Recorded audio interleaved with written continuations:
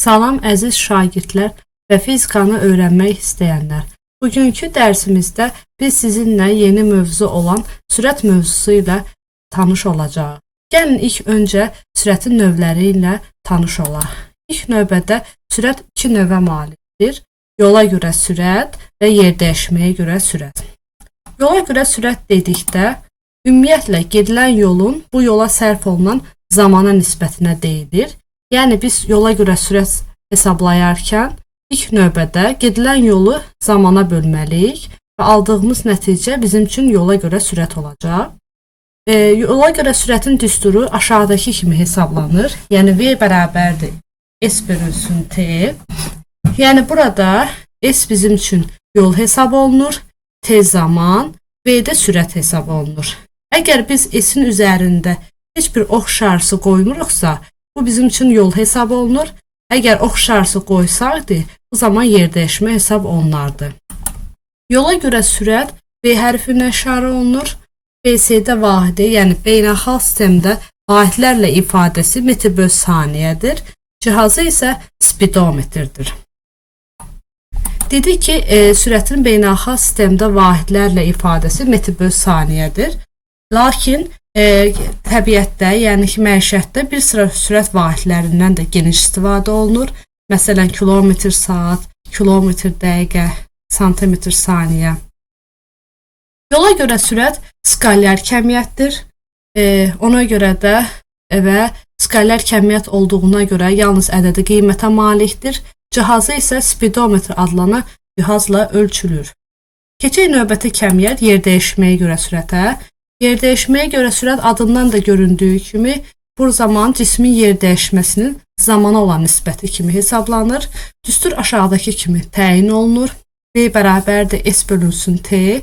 Yola görə sürətdən fərqli olaraq biz burada V və S-in üzərində ox şarjısı qoyuruq. Çünki burada S yol deyil, yerdəyişmədir. Yerdəyişmə də bilirik ki, vektorial kəmiyyətdir. T zamandır, zaman skalyar kəmiyyətdir. Amma yerdəyişməyə görə sürət vektorial kəmiyyət hesab olunur və buna görə də biz onun üzərində ox şarjısından istifadə edirik. Yerdəyişməyə görə sürət eyni ilə V hərfi ilə işarə olunur və beynəlxalq sistemdə vahidlərlə ifadəsi metr bölü saniyə, cihazı da spidometrdir. Yerdəyişməyə görə sürət vektorial kəmiyyətdir, yəni onun həm ədədi qiymətə, həm də istiqamətə malikdir. Cihazı da spidometr adlanan cihazla ölçülür. Ümumiyyətlə biz sürət anlayışını harada rast gəlirik? Bəzən biz yol nişanlarında sürət anlayışına rast gəlirik. Məsəl üçün bu qarşımızda görünən yol nişanı onu göstərir ki, əgər biz sürət limitini 40 km/saat kimi artıra bilərik, bundan artıq artırmaq mümkün deyil. Yəni, əgər yol istifadəçisinin təhlükəsizliyini təmin edir, əgər hər hansı bir sürücü sürət həddini aşarsa, bu zaman cəzalandırılır. Həmçinin sürət anlayışı biz yol polisi radar vasitəsilə hərəkət edən maşının hansı sürətə malik olduğunu müəyyənləşdirir. Əgər sürücü sürət həddini aşarsa, o zaman yol polisi tərəfindən cərimlənəcək. Şəkildə həmçinin maşın ilə avtobus arasında sürət həddinin aşması nəticəsində yol qəzasının baş verildiyi göstərilir. O deməkdir ki, sürət həddinin aşılması insan həyatına ölümcül təhlükədir. Yol qəzalarının digər səbəbi isə yol boyunca telefonla danışmaqdır. Bu da həyatımızda təhlükə yaradır. Ümumiyyətlə, bizim keçdiyimiz mövzuda yol və yola görə sürətlə yerdəyişməyə görə sürət arasında bir sıra fərqlər var. Demək, yola görə sürət skalyar kəmiyyətdir, yalnız ədədi qiymətə malikdir. Yerdəyişməyə görə sürət vektorial kəmiyyətdir, yəni həm ədədi qiymətə, həm də istiqamətə malikdir. Yola görə sürət hərəkət edən cismin istiqaməti haqqında heç bir məlumat vermir, amma yerdəyişməyə görə sürət hərəkət edən cismin istiqaməti haqqında müəyyən məlumata malikdir. Yola görə sürət yalnız müsbət qiymət alır, yolda olduğu kimi. Yerdəyişməyə görə sürət eyni yerdəyişmə kimi müsbət, mənfi və hətta sıfır ola bilər. Yola görə sürət istiqamətdən asılı olmadığından istiqamət dəyişdikcə qiyməti də dəyişmir. Amma yer dəyişməyə görə sürət istiqamətdən asılı olduğundan istiqamət dəyişdikcə qiyməti də dəyişir. İndi şəkil verilib bizə müxtəlif maşınların yolda istiqaməti göstərilib. Əgər biz burada yola görə sürəti və yaxud yer dəyişməyə görə sürəti fərqləndirmiş olsaq, görərik ki, qırmızı, ağ və çəhrayı maşınlar yer dəyişməyə görə sürəti göstərir. Çünki buradakı maşınlar yalnız bir istiqamətdə hərəkət edir. Yəni onların sürəti bir istiqamətdə olduğuna görə dəyişmir. Amma yola görə sürətlər, məsələn, sarı və mavi maşınları götürə bilərik. Çünki gördüyünüz kimi onların istiqamətləri dəyişir. Yəni bir istiqamətlə hərəkət etmirlər. Həmçinin yola görə sürətlə yer dəyişməyə görə sürət arasında belə fərqləri də götürə bilərik.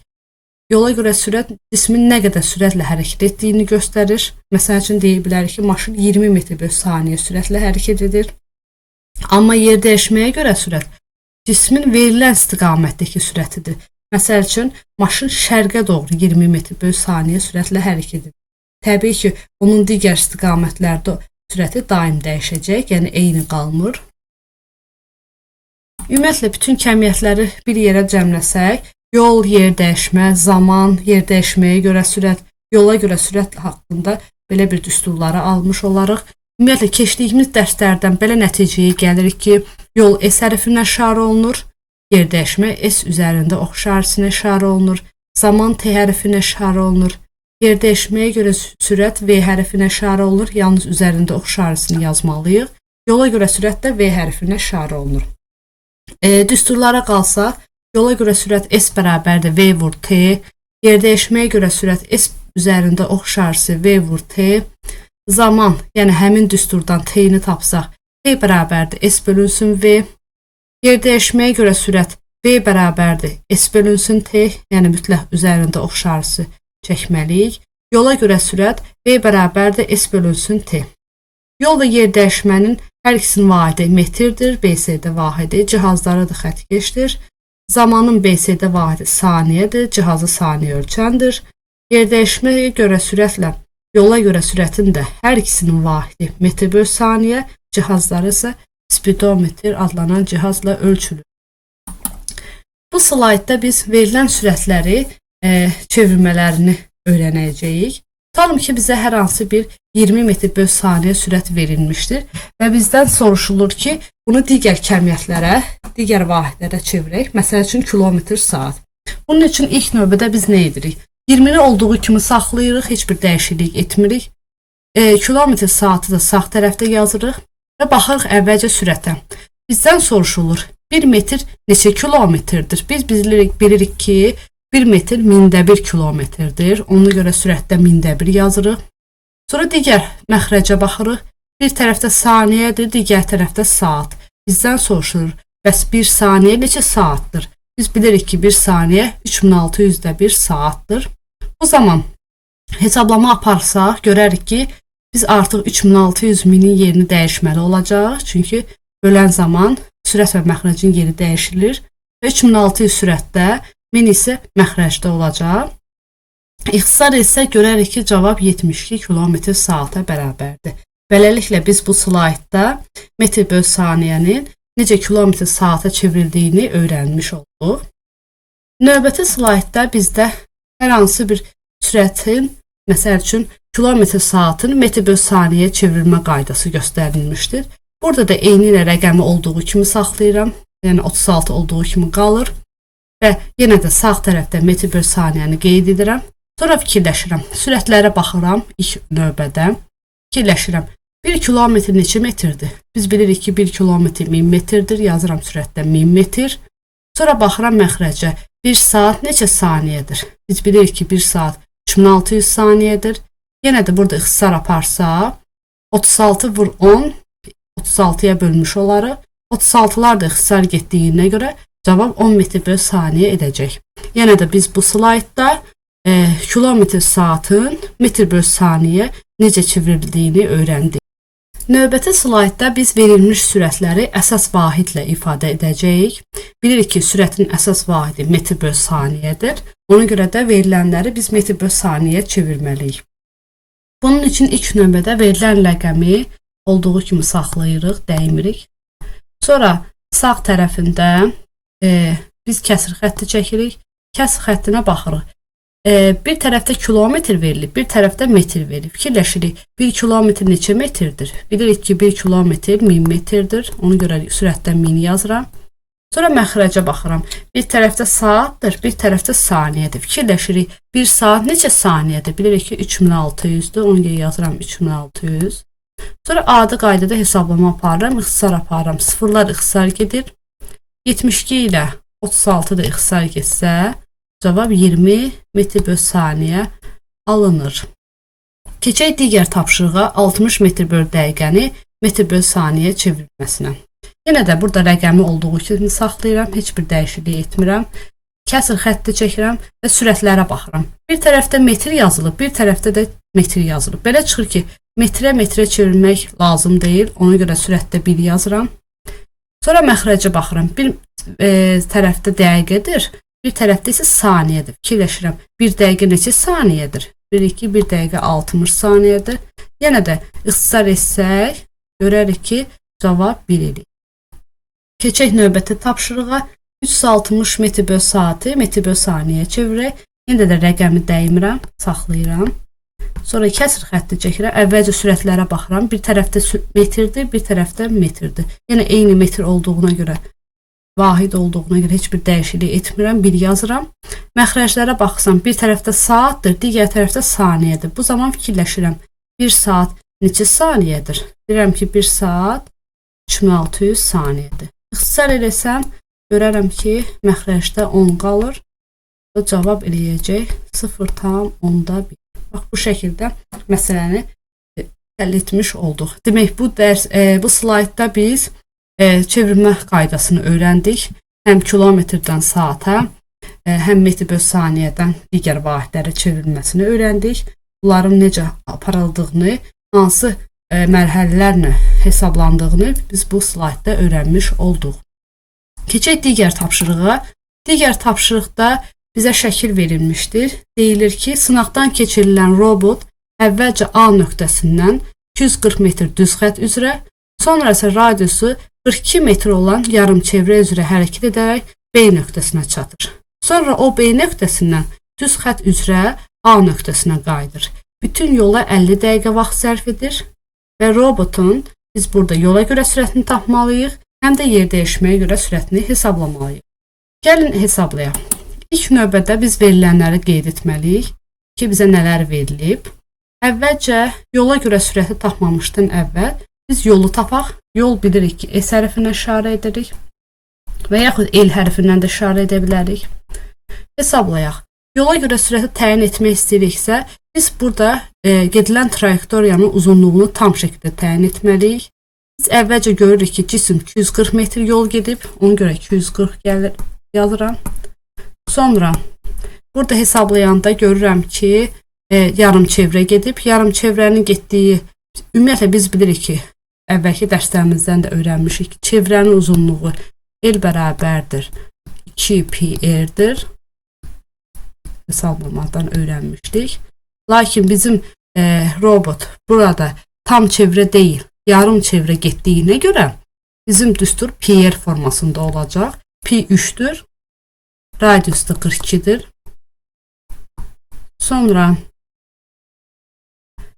həmin yolu qayıdıb. Həmin yolu qayıdarkən biz fikir verirsinizsə, bu yolu qaydanda burada artıq diametr, çevrənin diametrini getmiş olur. Çevrənin də diametri biz bilirik ki, 2r-ə bərabərdir. Yəni 2 vurulsun 42-yə bərabərdir və 240 metri yenidən üzərinə gəlirik.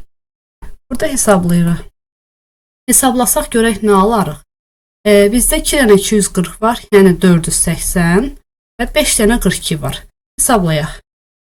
480-in üzərinə 5-i vururuq 42-yə. 5 2-yə 10, 5-dən 4-üm 20, 210 və cavabı hesablasam 690 almış olaram. 690 metrə bərabərdir. Həmin hesablamanı indi biz gəlin yer dəyişmə üçün də aparaq. Yer dəyişməni hesablamış olsaq, yenə də eyni qaydada hesablamalıyıq. Sonra üzərinə oxşarısı çəkirik. Burada artı düz xətt formasında olacaq bizim yer dəyişmə. Baxsaq görərik ki, deyir ki, məsələnin şərtini cisim A nöqtəsindən gedib, yenə də A nöqtəsinə qayıtmışdır.